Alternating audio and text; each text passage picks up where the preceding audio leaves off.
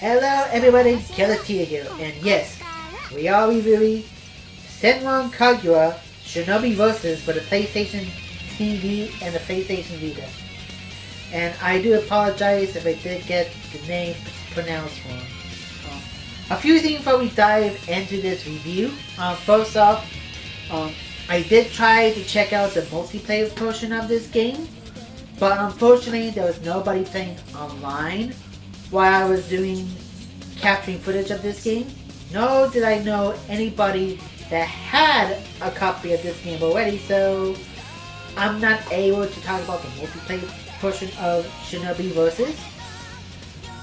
Also, there is 3 playable classes in this game. I'm going to take a look at the book here so I have an idea how to pronounce their names. The 3 playable different Shinobi academies for Hibijo, Hanzo, and Gessen. But for the purpose of this review, I mainly focus on the Hanzo National Academy storyline. And yes, there are going to be some fan service in this game, so you should expect like a lot of ladies and their underwear in this game as well. So if you have a problem with that, or if you're a feminist, you're most likely not going to be able to enjoy this game, but I have no problems dealing with the fan service in this game. So anyways, let's just get on with the game review. Believe it or not, there's actually a very decent storyline in this fan service game. The girls of the Gessen Academy challenged the Hanzo Academy to a Shinobi Battle Royale, and the losers will have to have their own schools burnt to the ground. There was a lot of care that went into the writing of this game. A lot of plot twists, a lot of character development, and you didn't really need to play the last game to know what's going on in this one. Unfortunately, the presentation of the story itself seemed to fall a little flat.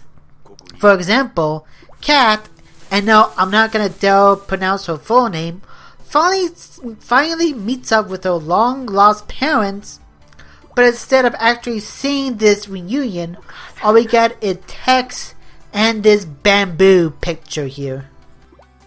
Occasionally, you do see an image that vaguely represents what's going on in the main storyline, but it's obvious that the developers put all their time and effort into presenting the gamers fan service!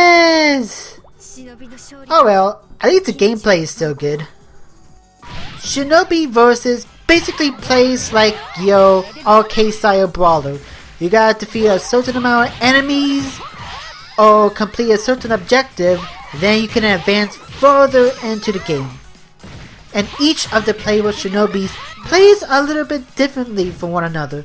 For example, Kat here fights with the power of her legs, and Hibari here fights with the power of cuteness.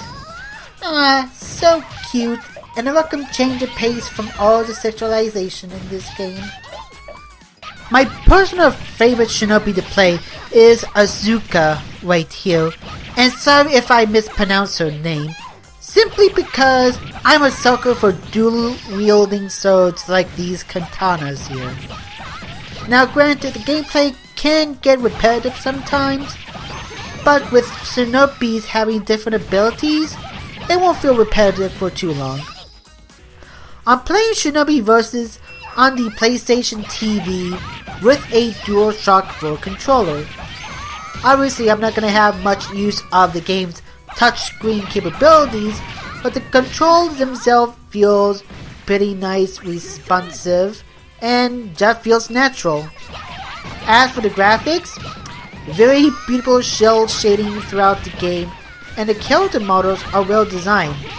Then again, when your biggest selling point is fan service, you kinda have to expect there to be good character models. Like I said earlier, the fan service in this game is probably gonna turn a lot of people off into not playing it, which is a shame because Shinobi Versus is a pretty fun brawler. I certainly have fun with this game. If you do enjoy some fan service, or at least tolerate a little booty, and also enjoy some good old-fashioned fighting, then yes, I would recommend picking up this game, just not for $50. My final rating for Shinobi Versus is a C. This is Killatia signing off. Hope to see you next time.